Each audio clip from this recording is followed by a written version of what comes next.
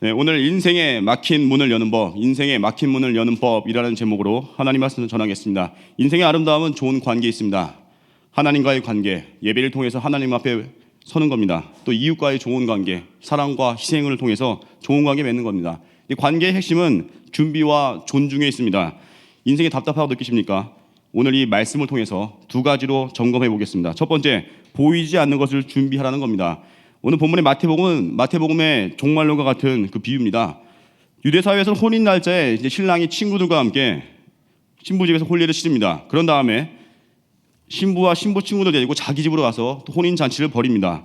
본문의 열처녀는 한마디로 신부의 들러리입니다. 이제 신부 집에서 나오는 신랑 일행을 기다리고 있습니다. 혼인 잔치에 들어가려고 하는 것입니다. 근데 문제는 슬기로운 5 처녀만 등불과 기름을 준비하고 미련한 5 처녀 기름을 준비하지 않았습니다. 핵심적인데 그 기름을 준비하지 않은 겁니다. 여기에 본문에 표현되지 않았지만 어떻게 보면 꽃단장 하는데 신경 썼을 겁니다. 눈에 보이는 거. 신랑이 더디 와서 결국 기름 사러 갔다가 문 닫혀버렸습니다. 항상 이렇게 아차, 아이쿠 이런 경우 있지 않습니까? 눈에 보이는 것만 준비하다가 이런 일 당한 겁니다. 우리 삶도 그렇습니다. 위기가 올 때 나의 미천이 드러납니다. 보이지 않는 그 기름 준비한 거 당장은 몰라요. 근데 실제적인 현장 속에서 드러납니다. 고난당해 보면 진짜 친구 알 수 있습니다. 내 믿음의 수준을 점검할 수 있습니다. 미련한 자들은요, 보이는 것만 준비하다가 결국 내면의 내실을 다지지 않을 때가 있어요. 기도하지 않습니다. 왜 그러겠습니까? 당장에 드러나지 않기 때문입니다. 지금 당장 여기 오신 분들은 새벽기도 오셨는데 새벽기도 하루 안 나오고 뭐 며칠 빠진다고 드러나는 거 별로 없습니다. 하지만 위기 때 바닥이 드러납니다. 영적 맷집이 있는 자는 견딥니다. 근데 위기 때 기도하지 않은 사람들, 위기 때 퍽퍽 쓰러집니다. 보이지 않는 싸움을 준비해야 된다는 것입니다. 또 당장 드러나지 않아도 내가 얼렁뚱땅 거짓으로 넘어갈 때 있잖아요. 나 봐줬네? 나 묘하게 통과했네? 나중 되면 다 들통납니다. 그래서 항상 하나님 앞에 진실하게, 성실하게 서는 거 중요하다는 겁니다. 누가 준비하겠습니까? 존중하는 사람은 준비합니다. 하나님을 경외하고 존중하는 자. 어떤 모임에서도 존중하는 자는 모임에 일찍 옵니다. 왜 그러겠습니까? 존중하니까. 빨리 보고 싶으니까. 한나가 그런 여인이었습니다. 한나는 존중의 여인이었습니다. 또 슬픔의 여인이었습니다. 자녀를 얻고자 오랜 시간 눈물로 기도합니다. 근데 당시에 우둔한 기도 생활 별로 안 하던 대제사장 엘리가 오랜 시간 기도한 한나를 보면 어땠어야 됩니까? 정말 우리 한나 성도님, 한나 집사님 참 기도 많이 하시는군요. 역시 은혜가 됩니다. 이래야 되는데 엉뚱한 얘기합니다. 본인이 기도 생활 안 하니까 남 속도 모르고 포도주 끊으세요. 말이 돼요 지금? 실컷 철야 때 실컷 통성 기도했더니만은 와가지고 하는 말이 어디서 지금 한 풀이야? 주문 외우고 있어. 말도 안 되는 거죠. 그러니까 본질을 보지 못하는 겁니다. 근데 한나가 어땠습니까? 모욕적인 언행을 들었어요. 자기한테 포도주를 끊으래요. 글쎄 한나가 여기서 뚜껑 열렸겠습니까? 정말 한 맺힌 여인의 그 분노를 보시겠습니까? 하고 엘리 제사장이 만약 멱살을 잡고 당신이 내 자녀 줄 거야? 이러지 않았어요. 한나는 그랬습니다. 자기를 무시한 지도자를 크게 존중했습니다. 사무엘상 1장 15절 16절 보니까 엘리 제사장이 내 주여 그렇지 아니하니이다. 나는 마음이 슬픈 여자라 포도주나 독주를 마신 것이 아니요 여호와 앞에 내 심정을 통한 것뿐이오니 당신의 여종을 악한 여자로 여기지 마옵소서. 엘리 제사장에게 뚜껑 열리지 않고 오히려 뭐라고 합니까? 내 주여. 최고의 칭호죠. 내 주여. 그리고 자기 자신을 뭐라고 합니까? 자기를 여종이라고 지칭합니다. 상대를 높이고 자기를 한없이 낮춥니다. 이게 존중이거든요. 그래서 한마디로 이 한나 결국 자기 마음을 예비한 다음에 엘리 제사장의 축복을 받고 3개월 만에 사무엘을 낳았습니다. 가장 당시에 우둔해 보이는 그 제사장의 축복을 받았어요. 그리고 문이 열렸습니다. 그래서 언제나 우리는 존중해야 됩니다. 이 시대가 문제가 뭐겠습니까? 다 권위를 깨고 있어요. 마귀가 주는 유혹이 뭐냐면은 야 사람 봐가면서 충성해라. 야 존경할 자를 존경해. 야 좋은 사람만 사귀어. 이 시대가 주는 유혹이거든요. 뭐 부모님에게도 부모님 뭐 공경할 게 있어야죠. 나한테 학창시절 해준 게 뭐가 있어요. 정말 버릇없는 언행입니다. 낳아주고 길러주신 것만으로도 감사해야 됩니다. 효도해야 됩니다. 회사에서도 교회에서도 날 이끌어주는 리더에게 존경하는 겁니다. 내가 봐가면서 충성하는 거 아니에요. 하나님은 질서의 하나님이십니다. 특별히 이제 곧 5월입니다. 가정의 달입니다. 부모님 은혜를 기억하십시오. 공경하십시오. 효도하는 자 땅에서 잘 되고 장수한다고 합니다. 뭐 TV에서 송중기가 먹는 뭐 그 인삼, 홍삼 잘 팔린다면서요. 그거 많이 먹는다 장수가 하는 게 아니라 공경하는 자에게 장수의 복을 줍니다. 특별히 영적 지도자에게도 감사의 마음을 전하십시오. 형통하게 될 것입니다. 그런 얘기를 들었습니다. 조용기 목사님의 일행이 이렇게 해외 집회를 감당합니다. 집회를 가면은 동행자들이 있잖아요. 그 해외에서 조용기 목사님의 일행을 환영한 그 해외 현지교회 목사님들이 그런 얘기를 합니다. 조용기 목사님 앞에서는 무슨 말을 꺼낼 수가 없어. 왜 그러냐면 말만 꺼내면 어느 순간 그 소문이 와 있다는 거예요. 말 꺼내기가 무섭게 그게 이미 와 있는 거예요. 너무 빠른 거예요. 알고 보니까 조용기 목사님 자기가 사주려고 하면은 그 일행 동행자들이 목사님 제가 살게요 하고 더 빨리 그걸 준비해 놓는 거예요. 지도자에 대한 존중, 현지 교회 목회자분들에 대한 존중. 신기한 것은 이렇게 몸에 배 있는 그 교회에 뭐 별 이런 얘기를 굳이 해야 될지 모르겠지만 순복음 교회에 뭐 거부가 5만 명이라죠. 성도가 5만 명이 아니라 거부가 5만 명. 대단한 부자가 5만 명. 그 비결을 얘기합니다.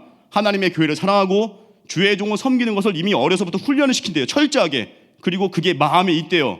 그러다 보니까 당장은 손해보는 것 같죠. 나도 경제적으로 어려운데 뭘 섬겨. 나도 힘든데 이제 좀 줄여야지.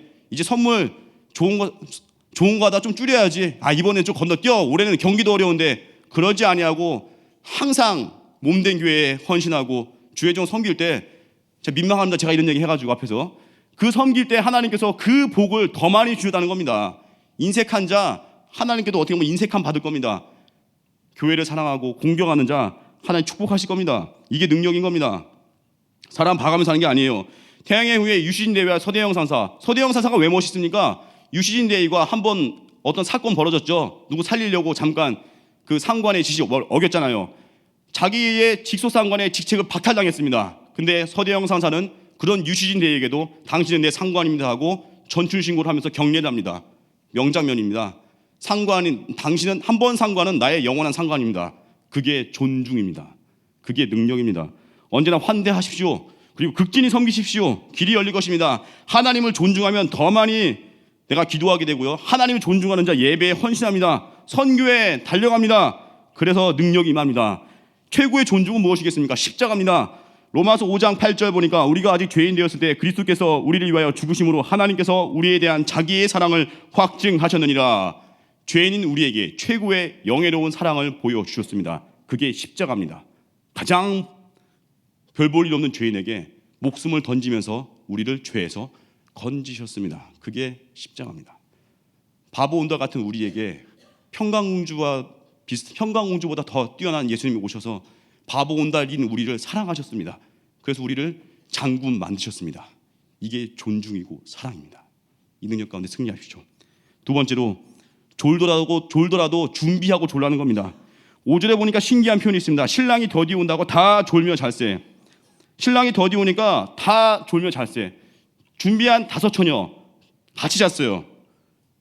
뭐라고 할 수 없어요. 준비했으니까. 근데 웃기는 건 준비 안 된 미련한 그 5처녀가 왜 잠을 자요? 왜? 그때 준비해야지. 그 잠 졸 시간에 준비해야 되지 않겠습니까? 말이 안 돼요. 준비한 사람과 준비 안 한 사람이 같이 졸다가 잔 거예요. 원래 그렇습니다. 지각한 사람은요, 자기보다 더 지각한 사람 보면서 은혜 받아요. 더 늦은 사람 있네 하고. 왜 그래요? 나의 판단 기준이 비교 대상이 하나님이 아니라 사람이기 때문에 그래요. 언제나 우리의 기준은요, 말씀이 돼야 됩니다. 제가 더 나빠 이러는 게 아닙니다. 내가 하나님 앞에 얼마나 지독한 죄인지를 보는 겁니다. 그게 시작입니다. 미련한 5처녀는 준비된 사람이 자는 거에 대해서 은혜 받으면 안 돼요. 자기를 봐야 돼요. 자기를. 왜 남 봐요? 왜? 그 시간에 준비해야 되죠. 그래서 항상 준비된 자도 이렇게 졸 수 있다는 거 항상 명심하시고, 난 준비 안 되는데 쟤도 자네? 나도 자야지. 이게 아닙니다. 저 고등학교 시절 제 선배 이야기입니다. 그 당시 고등학교 굉장히 셌습니다. 좋은 학교 나왔다 그 얘기가 아니라 제 1년 선배가 이제 이야기예요. 유명한 예화예요. 그 1년 선배가 시험 보기 전날 선발고사라서 천안에서 살던 선배가 이제 공주까지 가서 이제 시험 봅니다. 선발고사 보기 전날 이제 입시 설명회를 들었어요. 그 학교 체육 선생님한테, 체육 선생님하고 몇 번 선생님들한테 유명하신 분인데 입시 설명회 듣고 이제 오후에는 어땠습니까? 다 이제 자기 숙소에 가서 하루 동안 자야 되거든요. 그러면 자기 숙소 가서 공부를 하든지 뭘 하든지 해야 되는데 그 선배가 그 선발고사 전날 운동장에서 농구를 너무 열심히 한 거예요. 아주 진땀 나도록. 체육 선생님한테 걸렸습니다. 그 선생님이 학생들 몇 명 있었는데 대놓고 혼낸 거예요. 너 정신 차리 자식아, 뭐 하는 거야 지금? 시험 전날 농구나 하고 있어? 정신이 썩은 놈아. 넌 준비가 안 됐구나. 너 포기했구나. 막 면박아 줬다는 거예요. 그러고 나서 이제 다음날 시험 보고 나중에 결과 나왔는데 그 선배가 전체 수석 입학했습니다. 예상했겠죠. 노는 모습만 봤을 때는 어때요? 준비된 다섯 처녀가 자는 것 같죠. 근데 철저한 준비되어 있었고, 더 웃긴 거는 그 체육 선생님이 완전 민망하게 한 사건. 졸업할 때 수석 졸업해가지고 좋은데 법대 갔습니다. 황당하지 않습니까? 준비한 학생과 준비 안 한 학생은요, 시험 전날 똑같습니다. 준비한 학생은 준비돼서 놀아요. 준비돼서 일찍 자요. 준비 안 한 학생은 두려워서 일찍 잡니다. 두려워서 딴짓합니다. 동일한데 본질은 틀린 겁니다. 그래서 언제나 우리 어떻게 됩니까? 본질로 승부하는 겁니다. 기도로 준비하는 자는요, 실전 앞에서 두렵지 않습니다. 당당합니다. 그리고 풍랑 가운데서도 담대합니다. 기도로 무장한 자, 시험에 부딪혀보고 싶습니다. 왜 그러겠습니까? 내 안에 영적 맷짐을 점검해보고 싶은 거예요. 한판 붙어보자. 나의 영적 배짱을 시험해보자. 보여주고 싶은 겁니다. 그래서 기도하는 사람 돼야 됩니다. 새벽마다 기도로 승리하십시오. 우리의 능력을 보여주십시오. 특별히 이제 5월 곧 있으면 금요일날 담임 목사님 강단에 서십니다. 미리 기도로 준비한 자에게 더 강력한 은혜와 뜨거운 폭포수 같은 성령의 기름 부으심이 임할 것입니다. 오늘도 이 비유를 통해서 언제나 승리하는, 준비와 존중에서 삶의 모든 막힌 문들을 열 수 있는 하나님의 백성 되기를 주님의 이름으로 축원합니다. 다 같이 자리에 앉아 찬양하겠습니다. 370장 찬양하겠습니다.